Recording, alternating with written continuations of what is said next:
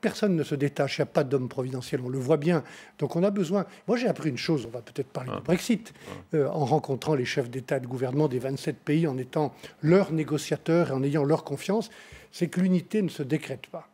Elle se construit, et pour se construire, il faut du temps, il faut du respect. Voilà. Et moi j'ai envie de travailler avec le temps et avec du respect pour les gens de ma famille politique, parce qu'on aura besoin de tout le monde.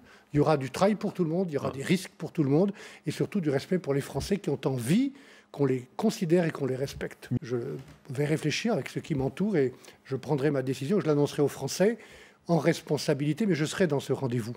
Et parce que je sais que je peux réunir les talents de la droite républicaine et du centre et de beaucoup d'autres dans une action nouvelle. Mais je n'ai pas, si je devais prendre cette décision, envie de l'inscrire contre quelqu'un. Les Français ont besoin de respect. Une partie du respect, c'est qu'ils ont envie de voter pour et non pas contre. Donc moi, j'ai jamais trop cité le nom de mes concurrents dans aucune campagne électorale. C'est peut-être pour ça que je les ai gagnés. Et donc je ne le ferai pas non plus. Je pense qu'il faut me remettre dans ce pays du jeu collectif, avoir un nouveau partage dans l'exercice du pouvoir.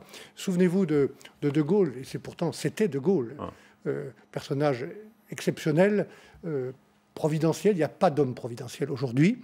Mais l'exercice du pouvoir était différent. Il faisait attention à son parti.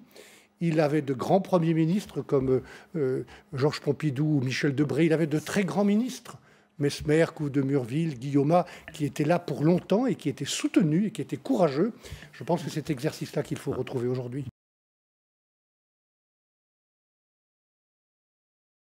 Je pense que les Français ont envie d'une politique qui réaffirme l'autorité de l'État, justice et police, qui maîtrise l'immigration, qui fasse repartir l'économie en faisant le pari de l'activité, qui reconstruit une influence française dans le monde et qui, à la base de tout, permettez-moi de vous le dire parce que c'est un vieux combat et un combat durable pour moi, prend en compte le changement climatique qui va tout changer. Que l'on subisse 2 degrés à 2,5 degrés de plus dans les 30 ans qui viennent, ça va changer toutes nos habitudes de cultiver, de nous transporter, de construire, d'échanger. Et donc tout projet présidentiel qui ne parlerait pas de ce sujet, c'est un projet qui ment aux Français.